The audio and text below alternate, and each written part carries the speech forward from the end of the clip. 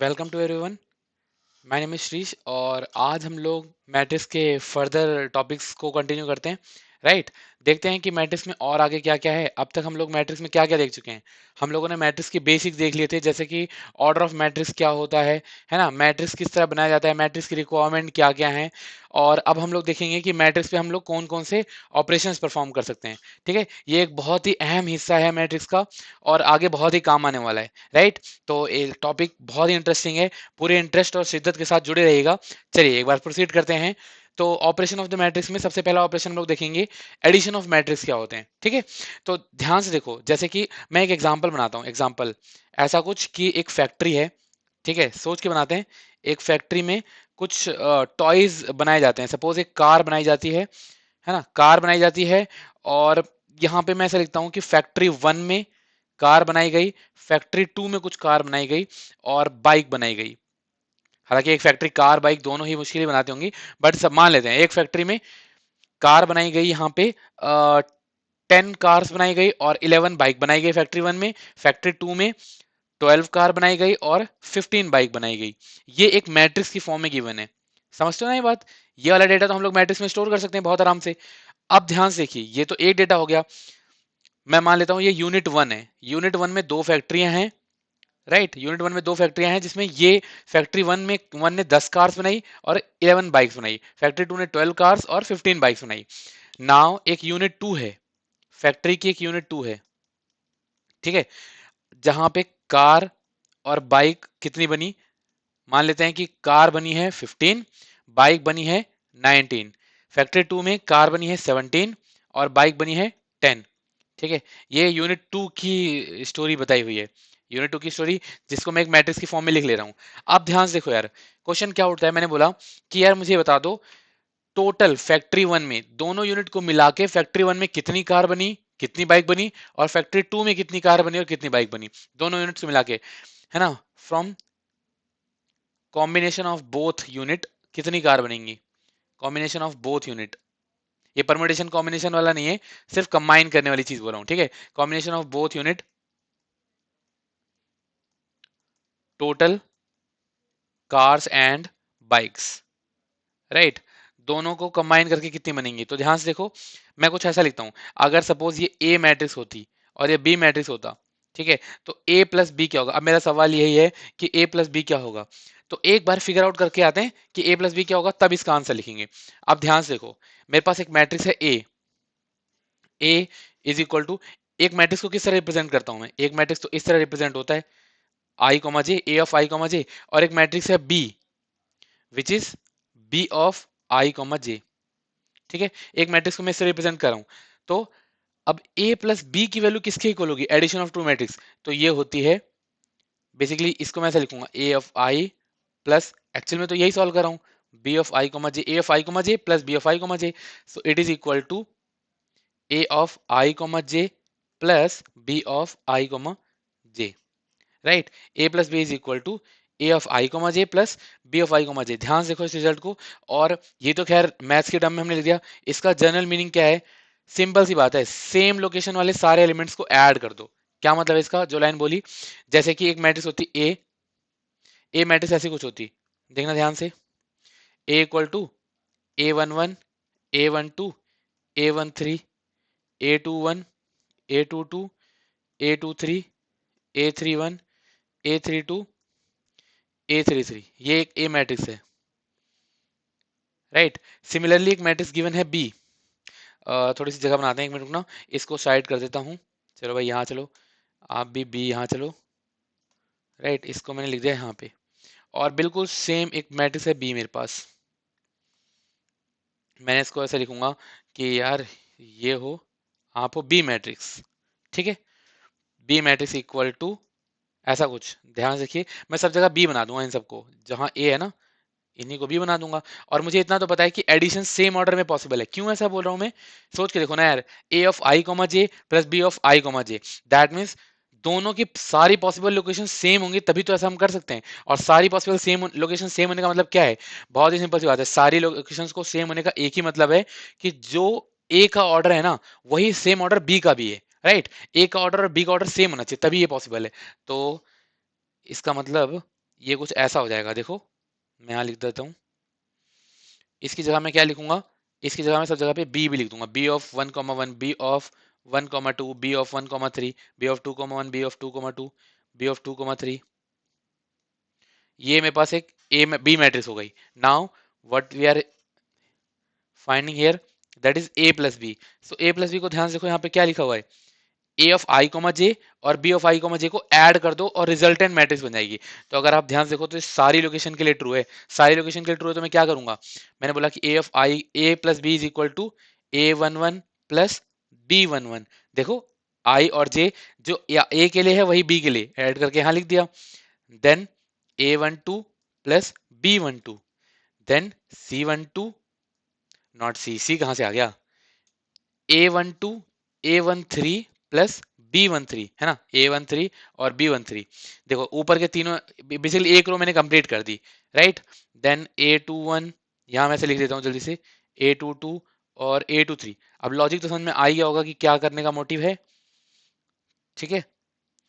Plus B21 plus B22 plus B23 plus B33 plus B32 plus B31। ये मेरे पास एक matrix है, ये मेरे पास रिजल्ट आएगा। अगर बिल्कुल सिंपल भाषा में कहूँ तो ध्यान से देखो, अगर मेरे पास मैट्रिक्स ए होती है कुछ ऐसी, अब मैं एक मैट्रिक्स बनाता हूँ, ए मैट्रिक्स मेरे पास होती, एग्जाम्पल के लिए अगर मैं कहूँ तो ध्यान से देखिए, अगर मेरे पास ए मैट्रिक्स होती 1, 2, 4, 3, 6, 1, और एक मेरे पास बी मैट्रिक्स होती 2, -1, 7, -3, 4 और 1। तो ए प्लस बी मैट्रिक्स किसके इक्वल आती है, ध्यान से देखिए, दोनों को ऐड कर देता मैं। सो 1 + 1 3, 2 और -1 1, 4 और 7 11, 3 और -3 0, 6 4 10, 1 और 1 2। ये मेरे पास एक रिजल्टेंट मैट्रिक्स आती है, this is the final answer, right. तो इसका मतलब क्या है, मैं यहाँ पे क्या लिख सकता हूँ, A plus B is equal to what. अब मुझसे पूछा गया ना कि कंबाइन कर दो कि कार्स और बाइक कितनी बनी है फैक्ट्री 1 और फैक्ट्री 2 में। तो ध्यान से देखो, ऐसा मैं लिखता हूँ, फैक्ट्री 1 और फैक्ट्री 2 कंबाइन होकर क्या आएगा, ऐसा कुछ बनेगा, 10 + 15, 11 + 19, 12 + 17 and 15 + 10, which is nothing but equal to, ऐसा लिख दूंगा यहाँ पे 25, 19 + 1 20, 30। देन 2 इधर आया 19 और 29, राइट। हाँ जी 29 सही है ना, 27 और 2 29, 35, ये हो जाएगा 25, सॉरी नॉट 35, 25। यहाँ पे है कार और यहाँ पे है बाइक, तो दोनों यूनिट ने मिलके कितनी कार्स बनाई है, फैक्ट्री 1 में कार बनी है 25 और फैक्ट्री 1 में बाइक बनी है 30, और कार बनी है फैक्ट्री 2 में 29 एंड बाइक बनी है 25, राइट। तो उम्मीद करता हूँ एडिशन ऑफ मैट्रिक्स तो आप लोगों को समझ में आ गया होगा कि कैसे एग्जाम्पल में लगाई जाती है और कैसे किया जाता है, ठीक है। अब आगे बढ़ते हैं और कुछ चीजें देखते हैं। ध्यान से देखो, multiplication of a matrix bye a scalar, multiplication of matrix bye a scalar क्या मतलब है इसका, जैसे कि मेरे पास, मैं एग्जांपल देता हूँ, एक फैक्ट्री यूनिट है, बहुत ही अच्छा एग्जांपल होता है। बेसिकली मैंने आपको बताया था ना कि कॉस्ट, जब हम लोग डिस्कस कर रहे थे कि एप्लीकेशन ऑफ मैट्रिक्स क्या है, तो मैंने एक बहुत इंपॉर्टेंट चीज आप लोगों को बताई थी कि यार आप इसको कॉस्ट एस्टिमेशन में किसी कंपनी में ये यूज की जाती है बहुत अच्छे से। तो अब मैं जितने भी एग्जाम्पल बनाऊंगा ना, मैं कोशिश करूंगा कि आपको रिलेट करा पाऊं, राइट। तो जैसे यहाँ पे मैंने बोला multiplication of a matrix bye a scalar, क्या मतलब है इसका, मेरे पास एक एस्टिमेशन वैसे ही गिवन है कि यार एक फैक्ट्री है, बेसिकली यूनिट तो यहाँ पे जरूरत नहीं है, एक फैक्ट्री है ऐसी, फैक्ट्री 1 में टॉयज का बेसिकली ऐसे, क्या एग्जांपल है, मैं बोल देता हूँ कि ठीक है, मान लेता हूँ पेन का, ठीक है, और बुक्स का, ये काउंट ले लेते हैं, एनसीईआरटी में सिमिलर काउंट एग्जांपल गिवन है एक, ध्यान से देखना पता चलेगा, मल्टीप्लिकेशन ऑफ मैट्रिक्स देखोगे ना सेक्शन, तो पेन्स और बुक्स का एक एग्जांपल मिलेगा, राइट। ये एक बेसिकली कंपनी है जिसमें फैक्ट्री 1 में पेन बनती है 15 और बुक्स बनती है 11, फैक्ट्री 2 में पेन बनती है 7 और 7 बंडल्स या फिर 7 नंबर ऑफ ट्रक्स, कुछ किसी भी क्वांटिटी कोई भी डिसाइड कर लो आप, हम तो सिर्फ एक नंबर ले रहे हैं अभी, ठीक है। और फैक्ट्री 2 में बुक्स कितनी बनती हैं, मान लेता हूं मैं 13, मान लेता हूं 13, ठीक है। अब यार कंपनी ने देखा कि इतनी बन रही है, तो कंपनी ने कहा भाई प्रोडक्शन बढ़ाना पड़ेगा, प्रोडक्शन बढ़ाना पड़ेगा, पूरी प्रोडक्शन को ट्वाइस कर दो, right. Increase increase all production twice, तो क्या हो जाएगा, दैट मीन्स अगर ये ए के इक्वल है, ये पूरा डेटा ए के इक्वल है, now we have to find 2a। 2a क्या होगा, ठीक है। अगर ये प्रोडक्शन मुझे गिवन होता, अगर मुझे कहा जाता कि this is nothing but production, तो अब इसका 2a कैसे निकालेंगे, तो ध्यान से देखो, एक मैट्रिक्स अगर मेरे पास गिवन होती है a इक्वल टू, अगर है मैट्रिक्स को तो हम ऐसे लिखते हैं a of i comma J, right. Then अगर मुझे k इंटू ए निकालना हो, where k is what, k is nothing but a scalar quantity, scalar value, ठीक है। कोई भी स्केलर वैल्यू हो सकती है। अगर k एक स्केलर वैल्यू है तो k a क्या होता है, k is equal to k a of i comma J. That means जितनी भी वैल्यूज हैं, जितनी वैल्यू हैं उसको स्केलर क्वांटिटी से मल्टीप्लाई कर दो। क्या ये बात समझ में आ रही है ना। तो ध्यान से देखिए, इसका मतलब 2a is equal to what, 2a is equal to, यहाँ मैं क्या कर दूंगा, मल्टीप्लाई, ऐसा लिख देता हूँ मैं, पहले लिख देता हूँ फिर रिजल्ट लिखूंगा, multiply all the element of matrix, all the elements of matrix by के, ठीक है। जितने भी एलिमेंट्स हैं सबको क्या कर दो, के से मल्टीप्लाई कर दो। अब क्या होगा, ध्यान से देखो। अच्छा, अगर मैं इसको जेनरिक लिखना चाहूँ तो एक बार जेनरिक लिख के देखें। चलो मैं मान लेता हूँ मेरे पास एक मैट्रिक्स है ए ऑफ ऑर्डर, ऐसा लिखता हूँ, A of I comma J of order 2 cross 3। क्या होगा, 2 रोज हैं और 3 कॉलम है, सो A11 A12 A13, A21 A22 A23, ठीक है। ये एक मैट्रिक्स है ए। नाउ मैं कह रहा हूं कि ये फाइंड करना है आपको, के ए फाइंड कर दो। चलो के ए फाइंड कर दो, तो मैं हमने क्या फॉर्मूला लिखा था, which is equal to k A of I comma जे।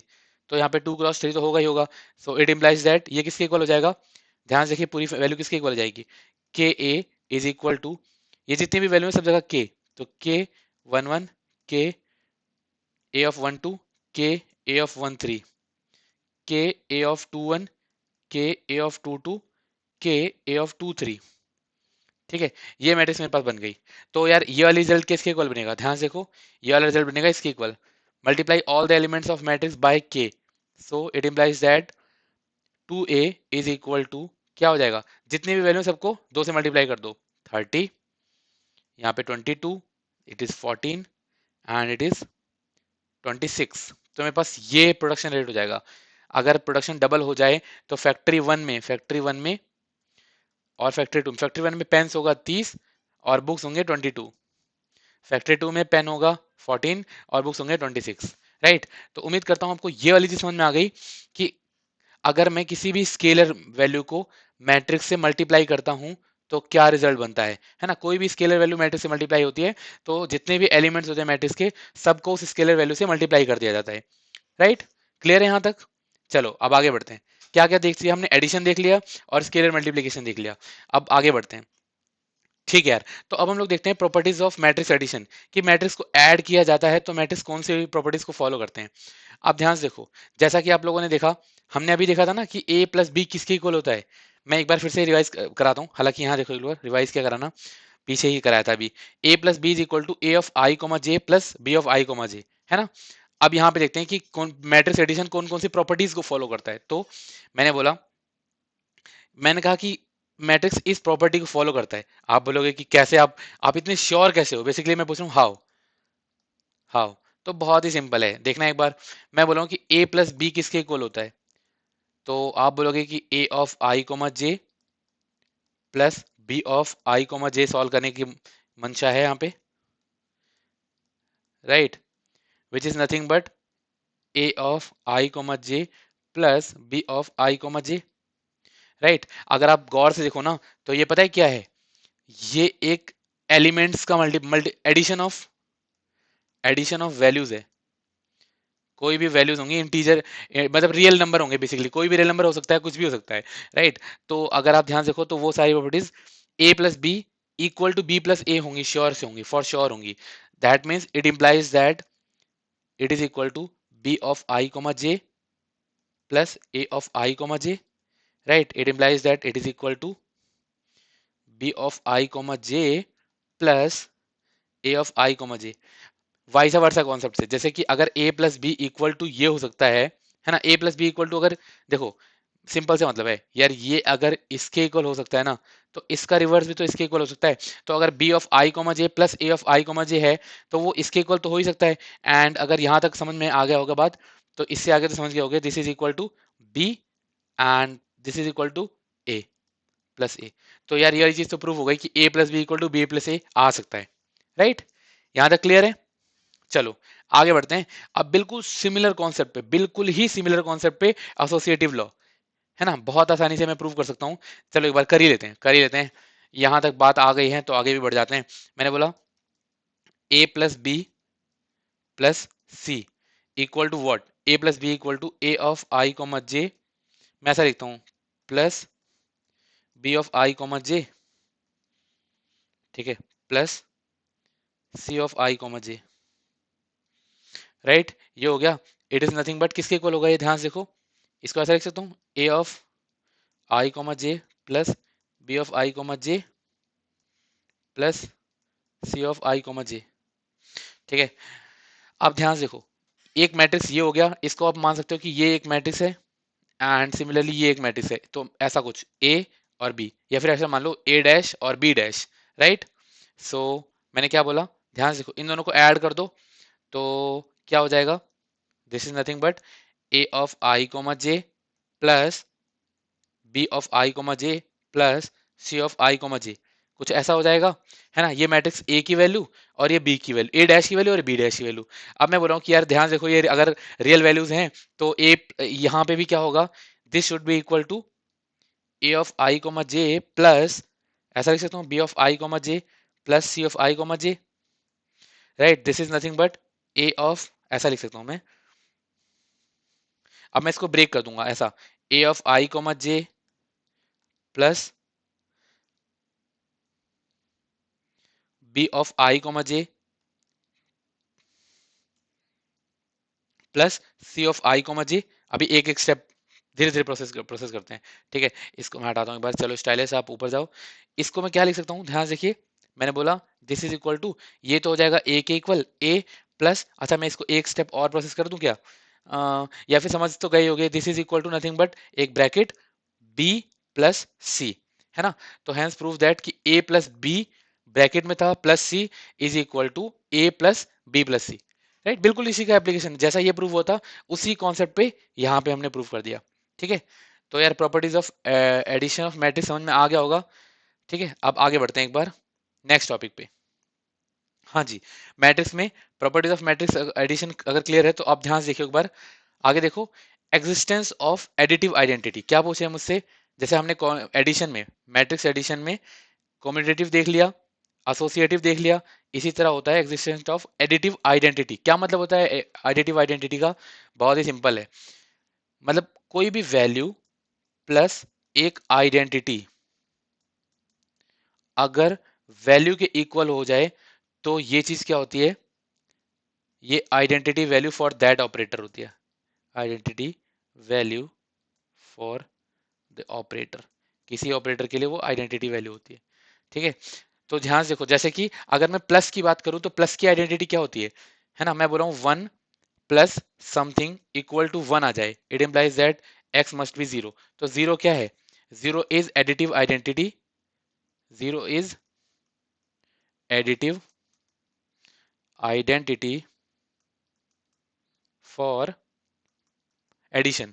तो सिमिलरली यहां पे ध्यान से देखो, अगर मैं बात करूं तो एक मैट्रिक्स ए प्लस समथिंग को मैं एडिटिव आइडेंटिटी को मैं क्या बोल रहा हूँ, I, additive identity is nothing but I. Right, additive identity I नहीं बोलते, आई तो अलग चीज हो जाती है मैट्रिक्स में। ठीक है, ए प्लस समथिंग बोल देता हूँ मैं, चलो एक्स मान लेता हूँ, इक्वल टू ए होना चाहिए। Right, X equal to A of I comma J minus A of I comma J, एक मैट्रिक्स है।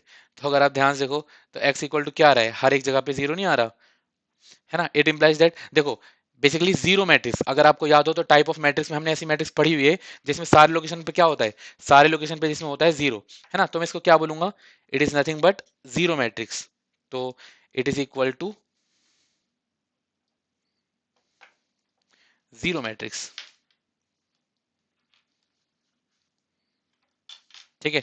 तो जीरो मैट्रिक्स को हम किससे रिप्रेजेंट करते हैं? कैपिटल ओ से, राइट। तो उम्मीद करता हूँ यहां तक तो बात क्लियर है। अब एक बार देखते हैं existence of additive inverse. Additive inverse क्या मतलब होता है? एडिटिव इनवर्स का बहुत ही सिंपल है। देखो, एडिटिव इनवर्स का मतलब क्या होता है?